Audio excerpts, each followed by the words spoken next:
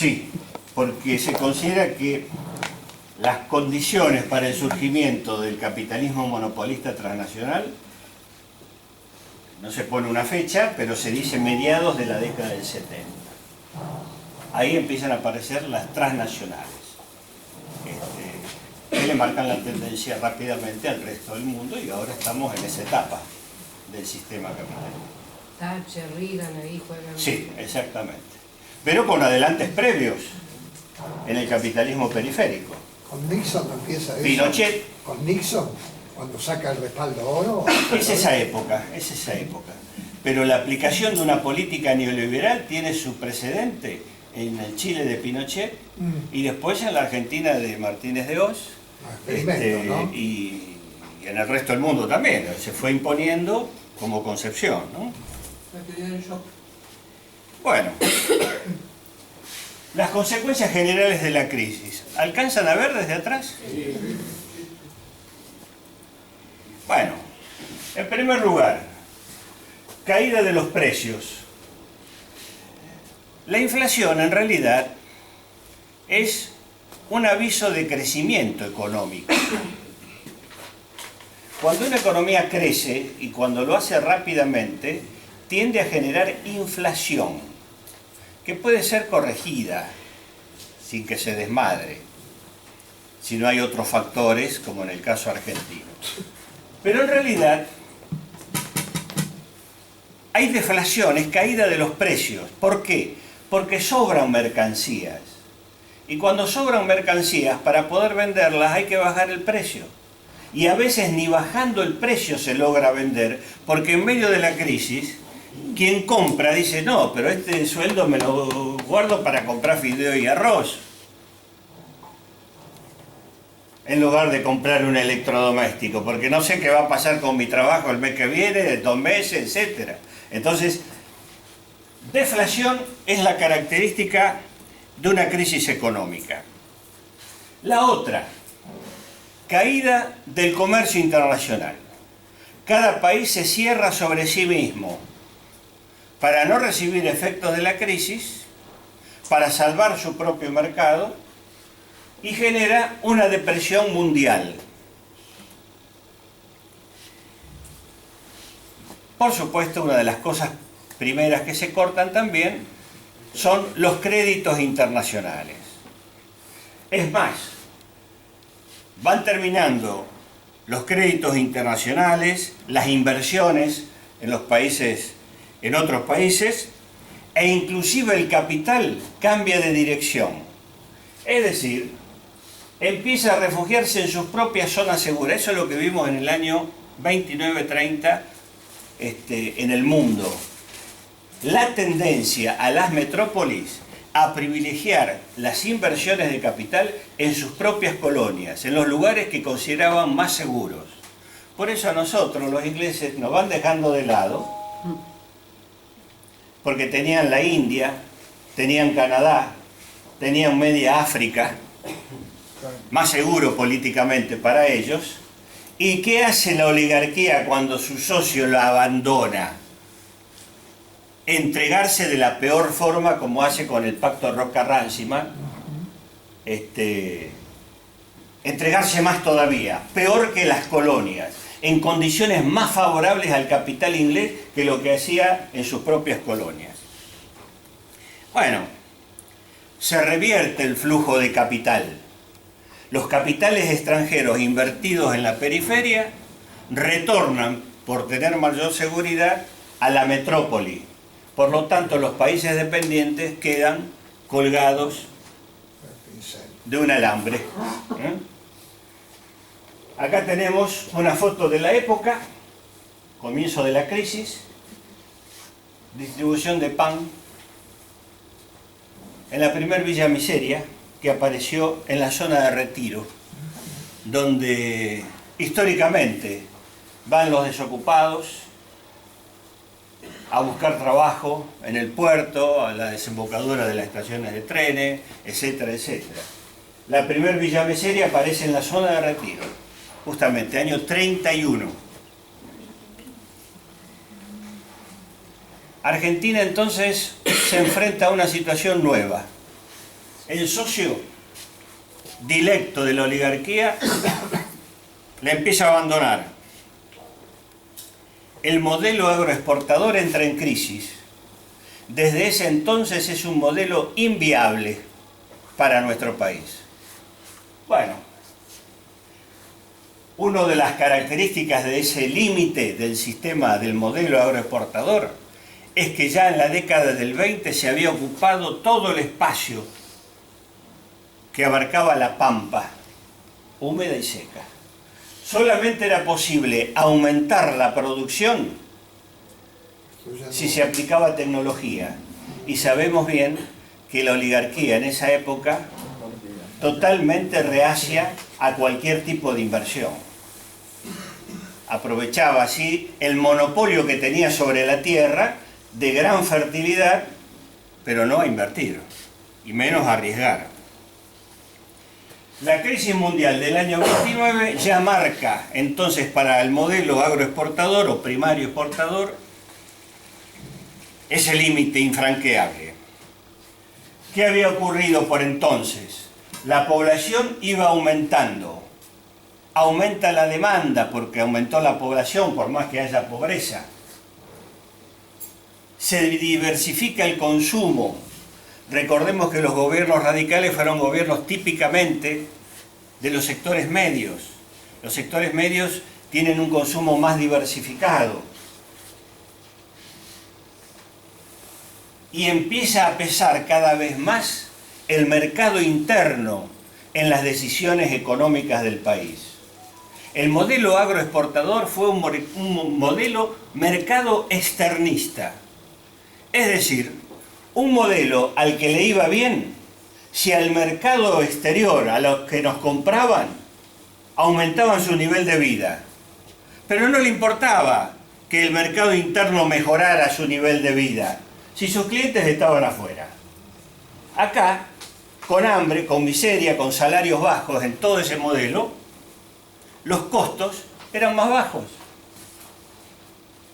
Mientras que el industrial, que vamos a empezar a ver cómo se va generando, necesita, en primer lugar, los primeros pasos del mercado interno.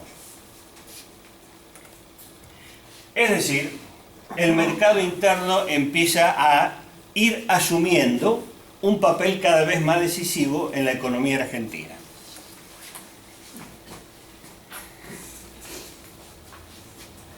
Bueno, los países exportadores de materias primas tienen una tendencia a debilitarse permanentemente. En primer lugar, y este es un dato actual, los países centrales aplican grandes subsidios para defender a sus propios productores primarios. Quizás el ejemplo más típico que tenemos es el de Francia. Francia, para evitar la aglomeración, como le ocurrió a otros países, en pocas ciudades de millones de personas, trata de mantener la población del interior subsidiando la producción agropecuaria. Entonces a Francia y al conjunto de la Unión Europea es imposible llegar a acuerdos comerciales porque no nos compran nuestra producción primaria. Por otro lado, a medida que se eleva el nivel de vida, hay una tendencia a consumir menos alimentos en proporción al ingreso. Si yo tengo un salario de 40.000 pesos, el conjunto de ese ingreso lo voy a destinar a comer. Ahora, si de pronto tengo un salario de 400.000 pesos, voy a mejorar la calidad de los productos que como, voy a comer productos más caros, pero voy a empezar a gastar en otras cosas. Es decir, el consumo de alimentos no crece de la misma forma que el ingreso de las personas, de las familias. Se empieza a gastar más en vacaciones, en electrodomésticos, en ampliar la vivienda, en comprar vivienda, etcétera, etcétera. Significa que esto es un límite para los países productores de alimentos como nosotros, porque en la medida que se enriquecen nuestros clientes externos, la proporción que consumen de alimentos baja. El otro elemento, cada vez más la producción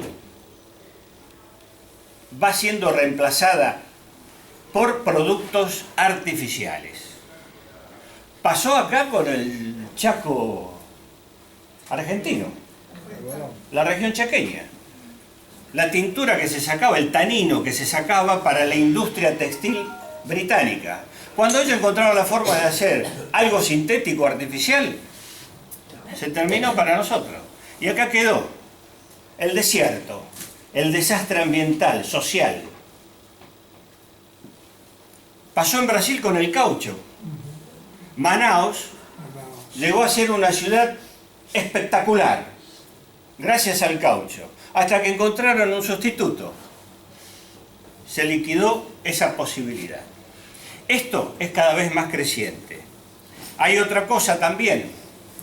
Las empresas tratan cada vez más de aprovechar la materia prima que compran, de sacarle más el jugo para todo. Entonces, hay un mayor aprovechamiento de la materia prima. Eso es un ahorro para la empresa. Pero además, desde hace años a esta parte, surge la nanotecnología, que es, en síntesis, la forma de aplicar producción con alto nivel tecnológico y usando un mínimo de materia prima. Por eso los países productores de materias primas, exclusivamente, tienen una tendencia a ir al colapso. Y en el modelo agroexportador el tema del trabajo también, porque muy poca gente trabaja. En la actualidad, Y sobre todo en la pampa, con el trigo. en la actualidad, con los niveles altísimos de producción agropecuaria que hay, Sí, gracias a la aplicación tecnológica, el mercado laboral que ocupa la producción agropecuaria oscila entre el 8 y el 12%. Y en esa época, Si nos definimos como país agroexportador, el resto, ¿de qué vamos a vivir? ¿Se entiende esto? Solamente la industria tiene un poder multiplicador pero a pesar de del empleo. de las máquinas, en esa época que usted empezó a describir, aunque no hubiera tantas máquinas como ahora, también poca gente debe haber trabajado. Sí, de todos modos había cosechas a mano, los puertos había que ampliar las bolsas. Acá en la zona de Pampa, Sí, sí. también, Sí, sí. el algodón, eso sí, pero... Una abuela en el cariño que yo tuve, una andaluza, vecina nuestra, cuando vino de Andalucía a cultivo del maíz a mano, comiendo ahí mismo y viviendo todo el día, y se trabajaba desde que amanecía hasta que oscurecía. Terrible, ¿no? A mano, o sea, se empleaban miles de trabajadores. Se recogía a mano el maíz. Ahora puede haber una foto de un puerto avanzado y casi no se ve gente. Todo con tecnología, con guinches, con grúas, con los contenedores, con los barcos especiales de contenedores. En definitiva, la agricultura tiene esta característica. El progreso técnico avanza más rápido que el crecimiento de la demanda de esos productos. Por lo tanto, cada vez se emplea menos mano de obra. Más calificada, más técnicos, más ingenieros del rubro, pero menos mano de obra. Eso no quita que, como en el caso, Dido, que vos mencionás, de la zona norte de Rosario en los años 70 y hasta el presente, pequeñas quintas, inclusive en la actualidad, pueden llegar a tener mano de obra esclava, fruto de la necesidad imperiosa de familias que se la pasan el día viviendo en condiciones horribles con trabajo esclavo. Recordemos eso. Grande, chico, mediano, el objetivo, maximización del beneficio. Ese es el norte. Y eso se transforma en una concepción hasta moral, a pesar de la inmoralidad que encierra todo eso. Bueno, la industria en cambio tiene otra característica. La industria genera un eslabonamiento de actividades enormes, una interdependencia entre actividades, entre empresas enorme. Es decir, una fabrica algo para aquella y la otra se multiplica hasta el infinito. Y en todas esas instancias crea mano de obra, fuerza de trabajo, necesita fuerza de trabajo.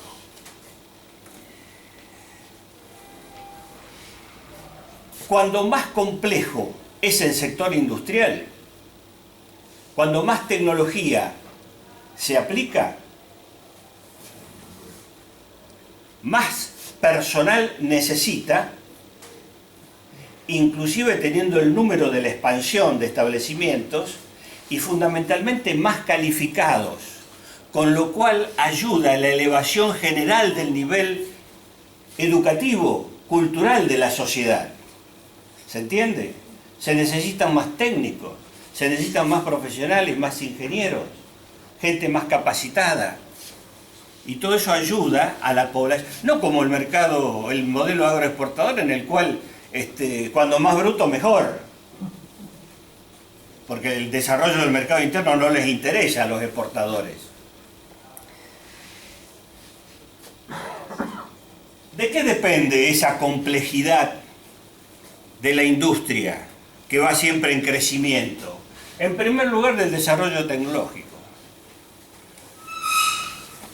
Un celular, cualquiera el nuestro, que tenemos ahora en uso, hasta el más barato, ahí han participado miles y miles de personas en la elaboración de eso que tenemos en el bolsillo.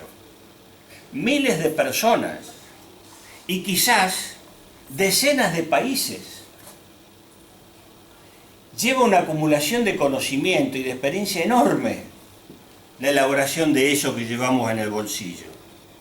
El nivel tecnológico entonces hace la industria más compleja. El tamaño y la estructura del mercado. Nosotros tenemos la desgracia de ser un mercado chico. Somos nada más que 45 millones. Quiere decir que nuestra industria tiene que apuntar a abastecer al mercado interno, pero lo va a abastecer rápido. Tiene que pensar enseguida en el exterior, en el comercio internacional, en insertarse en el comercio internacional. ¿Y qué es lo que tenemos más a mano? Nuestros países hermanos. Brasil es un mercado enorme. Son mucho más de 200 millones. El resto de América Latina. De ahí el pensamiento estratégico latinoamericanista de patria grande que debemos imponer. Nos necesitan y los necesitamos, porque es lo primero que tenemos. Aparte de que podemos vender en cualquier lugar del mundo, por supuesto. Pero con nuestros países hermanos, tiene que haber una política de UNASUR, de Mercosur, de acuerdo, de planificación, de reparto de las actividades para no competir entre nosotros. ¿Se entiende? Entonces, el tema del tamaño del mercado depende del nivel de la población y de la distribución del ingreso. Un mercado puede ser enormemente atractivo por su número de habitantes, pero tiene la mayoría son crotos. ¿Qué hacemos? Poca capacidad de demanda y de compra. ¿Qué pasa con China ahora? En su época China, la población china era sinónimo de pobreza y de miseria. En medio de la pandemia, China anunció que había superado la indigencia. Y ya le cambió el nivel de vida a 800 millones de personas en 25 años. Con una economía planificada. Con un Estado con el cual no se jode. Bueno. Pero también está el caso de las industrias que utilizan mano de obra en el sudeste asiático, mano de obra barata para fabricar. En primer lugar, la propia. Pero ya el movimiento obrero chino empezó a reivindicar aumentos salariales. Porque en la medida que empieza a haber trabajo, se empieza a luchar por una mejora. Al principio la mano de obra barata le da una ventaja comparativa. Pero después eso...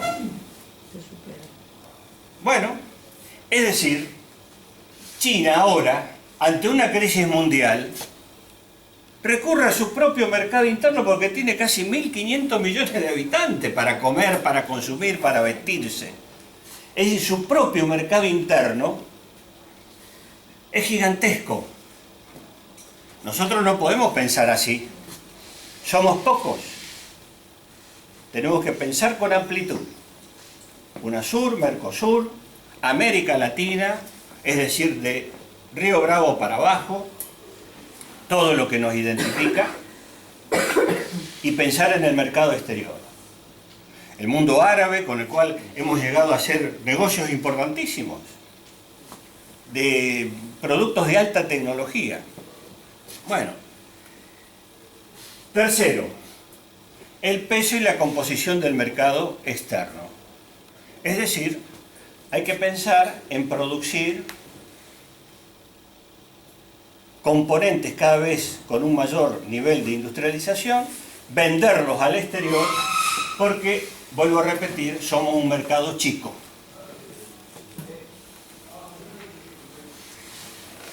¿Cómo reacciona el sector oligárquico, terrateniente, frente a la crisis mundial? Dice, bueno, ya los radicales no nos sirven. Lo sacan a Irigoyen, previa campaña en contra, sistemática, y se instaura un periodo que desde el 30 al 43 llamamos la industrialización liberal, espontánea, en la creencia de que la crisis se superaba rápido y volvíamos a la de antes, en la relación con la Gran Bretaña. El golpe de Estado, 1930, Uriburu, dura poco, es sustituido por el general Justo, que fue un verdadero pensador de esa etapa, como lo fue Mitre en su momento, o como lo fue Lanusse en los años 70. Los avatares de la industria en este periodo. En primer lugar, en este cuadro lo que quiero es destacar cómo la industria va pesando cada vez más, en pocos años, acá en 8 años, con respecto al Producto Bruto Interno, todo lo que se produce en un año en el país en bienes finales, pasa del 14,8 al 23,1 el peso de la industria. Pero también esa otra columna nos muestra algo. La industria también tiene y padece desde el origen un alto grado de concentración. Es decir, 671 sociedades anónimas controlan 2.300 establecimientos. Prácticamente la mitad de toda la producción. Otro dato de la época. Veamos también el tipo de industria del cual se trata, ¿no? Cantidad de establecimientos, cantidad de operarios. Año 35, pleno auge de ese periodo de la década infame. 21 frigoríficos tenían 23.000 trabajadores. Esos frigoríficos ingleses, ¿no? Panaderías, 5.000, la misma cantidad de trabajadores. Ya es pequeña empresa esa, ¿no? Pequeña y mediana empresa. Plantas de hilados, talleres de ferrocarril, 69 en manos de los ingleses, 18.000 trabajadores. Elaboración de hierro, un ítem importante, 150 establecimientos, 10.000 trabajadores. Este otro cuadro nos muestra otra característica de esa industria que se va gestando.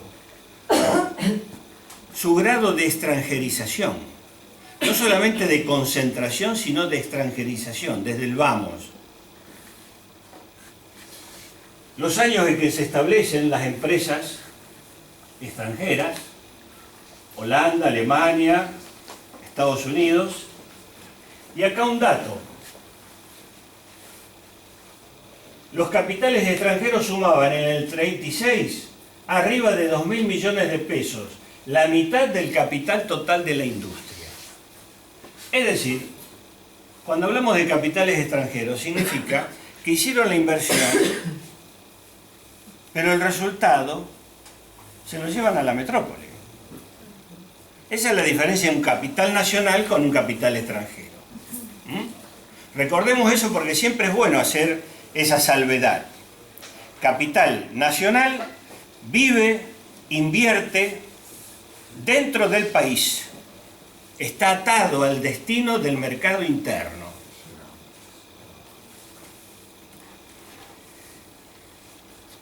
Una empresa con cientos de obreros, Quilmes,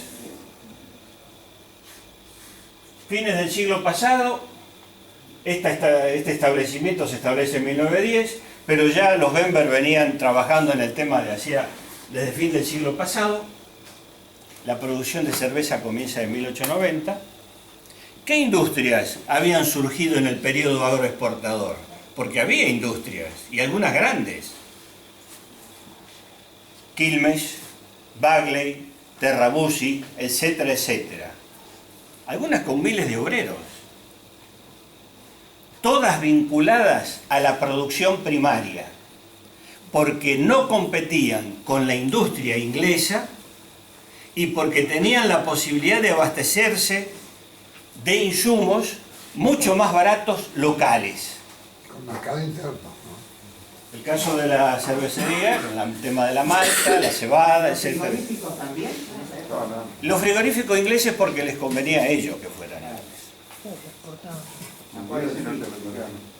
Pero había industrias. Tener industrias, inclusive talleres enormes como los ferrocarriles, no significa ser un país industrializado. Inclusive industrias grandes pueden ser. En este caso había industrias grandes, pero vinculadas a la producción primaria, porque no competían con la inglesa y porque tenían insumos baratos locales. ¿Se entiende? Entonces daba gran rendimiento por eso. Hoy se considera que un país empieza a ser considerado industrializado cuando la composición de su mercado externo, de sus exportaciones, llega a tener un 50% de componente industrial. ¿Se entiende? Ahí la cosa empieza a ser seria. Menciono un dato. Cuando el gobierno de Cristina, la Argentina llegó a tener exportaciones con el 37% de composición industrial, lo cual marca un avance muy bueno. Llegamos a exportar radares, llegamos a exportar generadores de energía nuclear, relaciones con países árabes, con países asiáticos, con europeos. Llegamos a ganarle licitaciones a los alemanes, con la empresa INVAP, con maquinaria, en fin, llegamos al 37%. Por supuesto que el macrismo se encargó de dinamitar todo eso y de retornarnos en todo lo que pudo hacia un destino de producción primaria. ¿Estas industrias exportaban? ¿Cómo? Quilmes. Estas industrias como la Quilmes, por ejemplo, exportaban. No, fundamentalmente el mercado interno. Bueno, industrialización y cambio social, cambio del mercado interno. Menciono algunas fechas. Estoy haciendo una síntesis. Quizás haya cosas que no mencione porque razones de tiempo, pero YPF, creada cuando los gobiernos radicales, en el año 22, pensada en función de la defensa, pero que fue un antecedente valiosísimo para el aporte al proceso de industrialización. Como dije antes, en el año 33 el pacto Roca-Ranciman muestra el grado de subordinación, de genuflexión política e ideológica de la oligarquía terrateniente frente a su socio privilegiado. En este periodo es donde Lisandro Latorre empieza a jugar un papel destacadísimo, luchando contra